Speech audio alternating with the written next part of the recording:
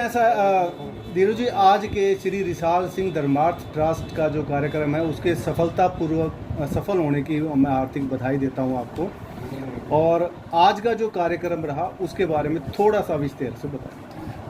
पहले तो मैं आप सभी का हार्दिक स्वागत और अभिनंदन करता हूं कि आज आपने अपने मुंह से कहा है कि मैंने तो अब तक और किसी ने सुना भी नहीं है कि भाई सफल कार्यक्रम के लिए आपको बधाई।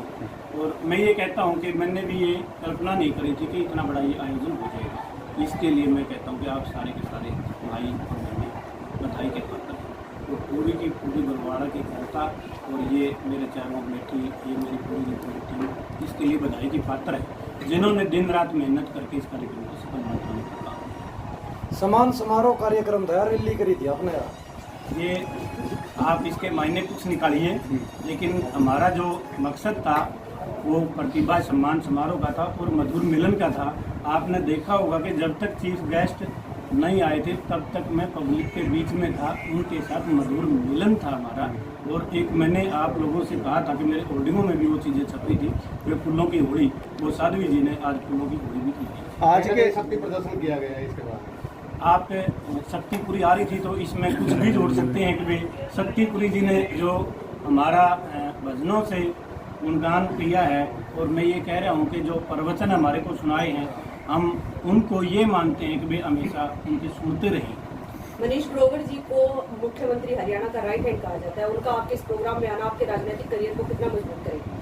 बहन जी देखो, वो जिला हिसार के प्रभारी भी हैं, आप अकेले ये ना जुड़ना। हाँ, इसमें कोई डाउट नहीं है कि मुख्यमंत्री जी के वो लाडले जरूर हैं, वे रोहतक के अंदर अकेले दौड़ने वाले मनीष ग्रोवर।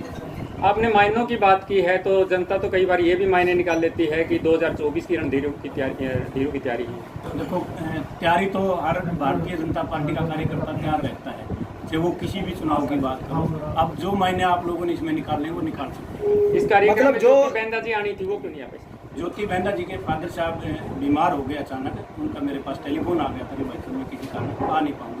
नहीं तो उनका बड़ा मेरे साथ लाड है।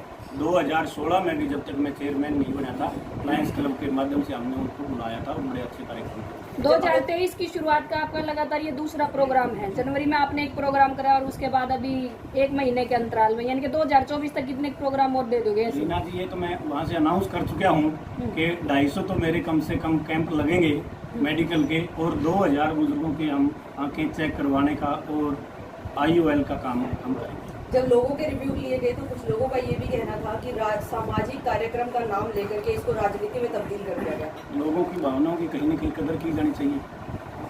मतलब आपकी तैयारी है 2024 मैं के तो लिए? तैयार हूँ, और मैं तो पहले भी कह चुका हूँ कि भारतीय जनता पार्टी का हर कार्यकर्ता तैयार है।